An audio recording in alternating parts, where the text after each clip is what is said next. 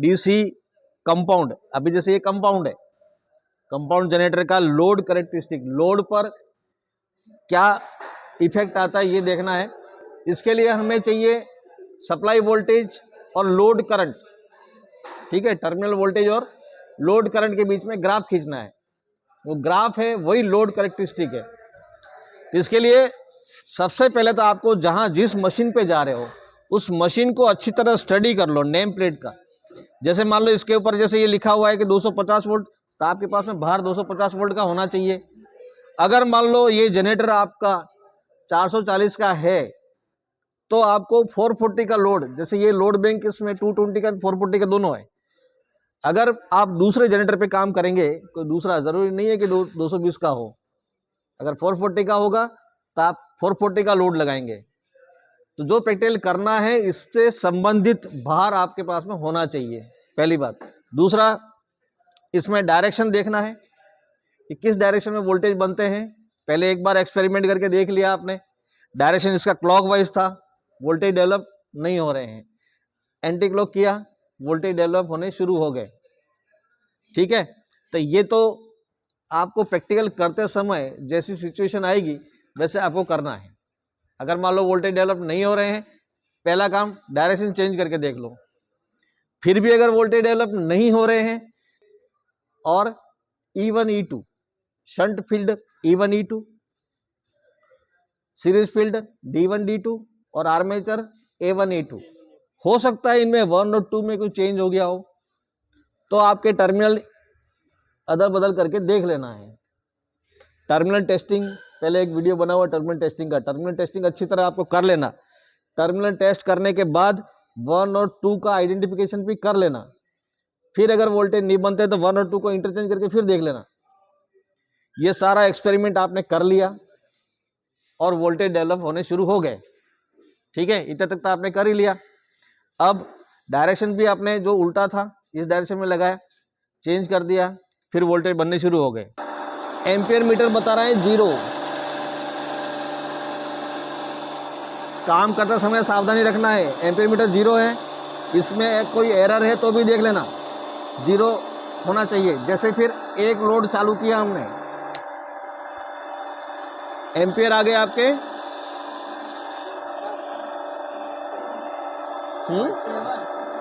हाँ 0.7, 1 से कम है, जैसे 0.7 एम्पियर हो गया, वोल्टेज हो गए 217 वोल्ट हो गए, 217 वोल्ट हो गए, 0.7 है। अब एम्पियर और बढ़ाते हैं, एम्पियर कैसे बढ़ाएंगे, 2 लैंप पैरेलल करके, ये और बढ़ाया हमने, लोड बढ़ाया, लोड करंट हो गई हमारी 1.4। ये ध्यान रहे कि इसी कैपेसिटी से ज़्यादा लोड ना हो, ऐसा ना कि आप लोड भी जैसे 200 वाट का लगा रहे हैं इसकी जगह आप हीटर लगा रहे 1 2 3 4, इसका भार देखना है 5 किलोवाट से ज़्यादा, इसमें जो 5 किलोवाट का है उससे अधिक नहीं हो। भार भी उस ढंग से देना कि ये जनरेटर हमारा ओवरलोड नहीं हो जाए। अभी जैसे हमने ये 1.4 किया, वोल्टेज 210, ठीक है। अगला फिर और भार हमने बढ़ाया, हमें कैरेक्टरिस्टिक निकालना है एम्पियर और वोल्टेज पे। हमने लोड क्या लगा रखा है, लैंप 200 वाट के लगा रखे हैं, वो वाट का भले ही एक कॉलम और बना दो, लैंप कितने कितने लगा रखे हैं ये आप जोड़ना चाहते हो तो इसमें लैंपों की संख्या और ऐड कर दो, लेकिन हमारा मूल उद्देश्य केवल ग्राफ बनाना है, तो 2 रीडिंग चाहिए आपको, ठीक है। हमने और एम्पियर बढ़ाए 2 एम्पियर, वोल्टेज हो गए 203, ठीक है, 203 वोल्ट हो गए, और एम्पियर बढ़ाए,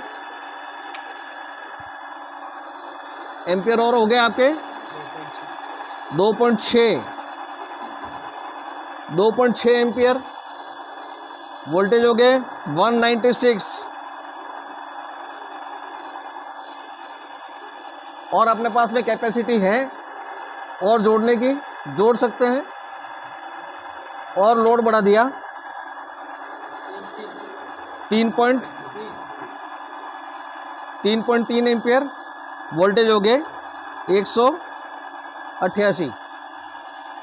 आप लैंप में जैसे ये 0 था, 200, 400, 600, 800 और 1000। ठीक है, वापस बैक जाओ, एक कम करो, रीडिंग चेक करते जाओ, 2.6 है, दूसरा कम कर दो। लोड भी एकदम झटके से कम नहीं करना, धीरे धीरे धीरे धीरे कम करते जाना है। चेक करते गए, इसमें वोल्टेज देखते जा रहे हैं। बंद कर दो उसको, बंद कर।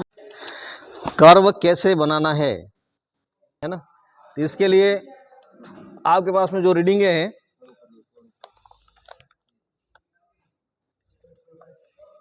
रीडिंग एक VL IL 0 से लेकर के 3.3 तक आपके पास में रीडिंगें हैं। आप जैसे ग्राफ बनाना चाहते हैं, 1 2 3 4 खाने बराबर 1 एम्पियर ले लो। अपने पास में ग्राफ है, बड़ा है, तो इसके अकॉर्डिंग पैमाना ले लेते हैं। ये 1 एम्पियर आ गया, ठीक है। 1 2 3 4 खाने, ये 2 एम्पियर, 1 2 3 4 खाने, तो ये 3 एम्पियर। मैक्सिमम 3.3 और 4 एम्पियर, 1 2 3 4, यहाँ पर आप 4 एम्पियर, ताकि आसानी से आपका ग्राफ जो है वो कर्व आसानी से बन सके। ये तो हमारा जो पैमाना इसका आ गया एम्पियर का, ये IL आ गया। अब यहाँ पर आप वोल्टेज, इस अक्ष पर आप वोल्टेज लिखेंगे। वोल्टेज का देखो कहाँ से रेंज शुरू हो रही है हमारी, 225, 217, 210, 203, 196 और 188। ठीक है, लास्ट वाला ये देखना 188।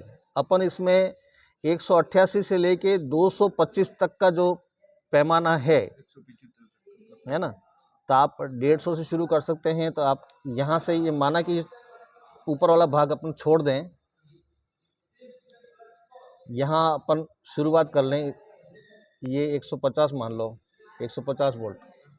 इसके लिए कोई ज़रूरी नहीं है अपन, क्योंकि अपने को जो ग्राफ बनाना है 188 से 225 के बीच में, 188 से 225 अपने ये रेंज लेनी है। 160, 170, 180, 190, 200, 210, ये 220, तो लगभग ये 230, ये आ गया 230।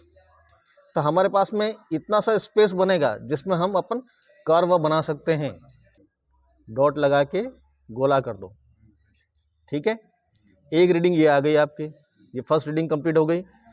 217 1.4, ये 0.7 पे, यहाँ पर ऐसा है ना, ये थोड़ा 217, ये 220 से 217 यहाँ आ गया। ये इस लाइन पर 0.7 हमारा, ये कहाँ था, ये था ना, इसके सीध में आ गया ये 217, 220 से ये कम, 1 पॉइंट ये आ गया आपका, ठीक है। 210 1.4 पे, 1.4 पे 210, 1.4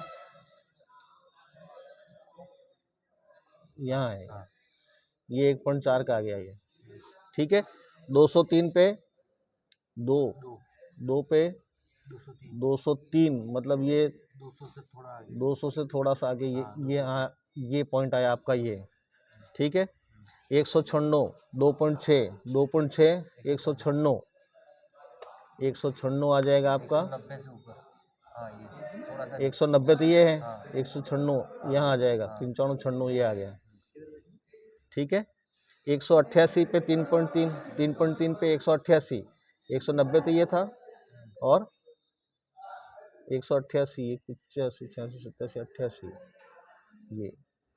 अब इन सभी बिंदुओं को मिलाओगे, ये आपका लोड कैरेक्टरिस्टिक कर्व बनता है ऐसे, ये प्रैक्टिकली ऐसे। बुक के अंदर भले ये दे रखा होगा ये आकृति तो ऐसी होगी, बुक के अंदर तो इस प्रकार से ऐसे दे रखा है, वो प्रैक्टिकली इस प्रकार से बनता है, ऐसे बिंदुओं को जोड़ करके फिर ये ग्राफ बना ऐसा, ये कैरेक्टरिस्टिक कर्व कहलाएगा। तो आपको 100% वास्तव में इसका ये रीडिंग है, इसका ग्राफ इस प्रकार से बनता है, ये लोड करेक्टरिस्टिक कर्व ऐसे बनता है।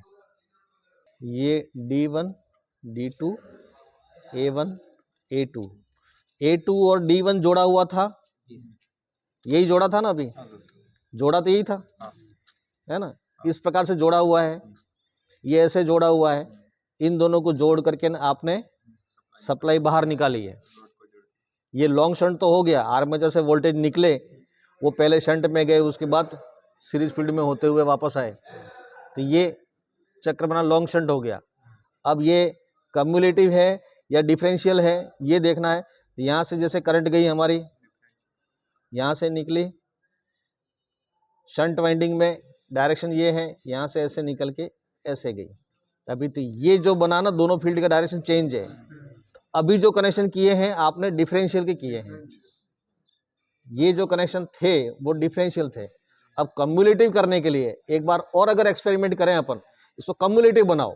कम्युलेटिव बनाने के लिए ये D1 D2 के जो सिरे हैं ये आपस में चेंज कर दो, D2 को A2 से जोड़ दो और D1 को यहाँ जोड़ दो। अब ये करके आप कम्युलेटिव बना के फिर देखो और फिर ग्राफ बनाओ, फिर क्या चेंज आता है। डिफरेंशियल था, अब कम्युलेटिव। डिफरेंशियल और कम्युलेटिव में क्या इफेक्ट आता है ये देख रहे हैं अपन, है ना। थोड़ा थोड़ा 1-1, 2-2 वोल्ट का फर्क पड़ रहा है। अब लोड तो अपना 1 लैंप का, 2 लैंप का वैसे ही है। और चालू करो, देखिए अगला,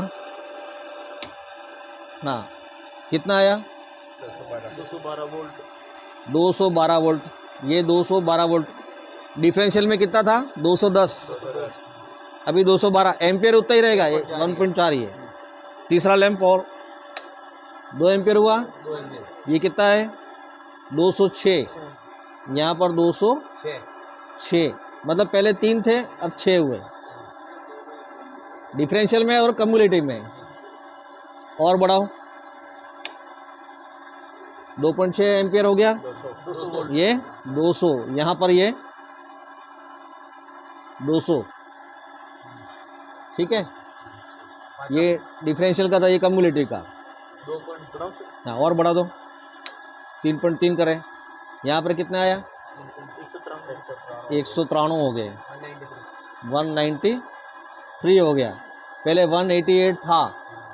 मतलब डिफरेंशियल में दोनों फ्लक्स एक दूसरे को काटते थे तो वोल्टेज कम हो जाते थे। अब दोनों फील्ड जो है वो एक दूसरे को सपोर्ट कर रहे हैं कम्युलेटिव में, तो कम्युलेटिव में वोल्टेज बढ़ जाते हैं। तो आपको वोल्टेज अगर ज़्यादा करना है तो ये इससे ये मिला के भी आपको कम्युलेटिव कनेक्शन कर लो, वोल्टेज ज़्यादा मिल जाते हैं, ठीक है। एक एक वापस डाउन करते हुए एक कम करते जाओ, करते हो, कोई दिक्कत नहीं होगी, कर दो बंद, ठीक है। 225 से 226 1 वोल्ट का ही अंतर था, ठीक है। यहाँ 217, 219, यहाँ 2 वोल्ट का अंतर आया, यहाँ भी 2 वोल्ट का अंतर आया, फिर यहाँ आकर के 3 वोल्ट का अंतर आया, यहाँ आके 4 वोल्ट का अंतर आया, और यहाँ आकर के 5 वोल्ट का अंतर आ गया। अर्थात जैसे जैसे भार बढ़ता जाता है वैसे वैसे आपका सीरीज फील्ड भार बढ़ता है, आर्मेचर पे भार बढ़ता है, सीरीज फील्ड पे भार बढ़ेगा। तो सीरीज फील्ड ज़्यादा सक्रिय होना शुरू हो गया, जिससे वो वोल्टेज जो डेवलप कर रहा था वो उसमें वृद्धि होनी शुरू हो गई। ये भी अपन इस चीज़ से ये सीखते हैं अपन, ये कम्युलेटिव में वोल्टेज ज़्यादा हो गए। वो ग्राफ बनाने का कम्युलेटिव में थोड़ा सा ग्राफ इस प्रकार से बनेगा, ये थोड़ा सा ऊपर की ओर आ जाएगा, ठीक है।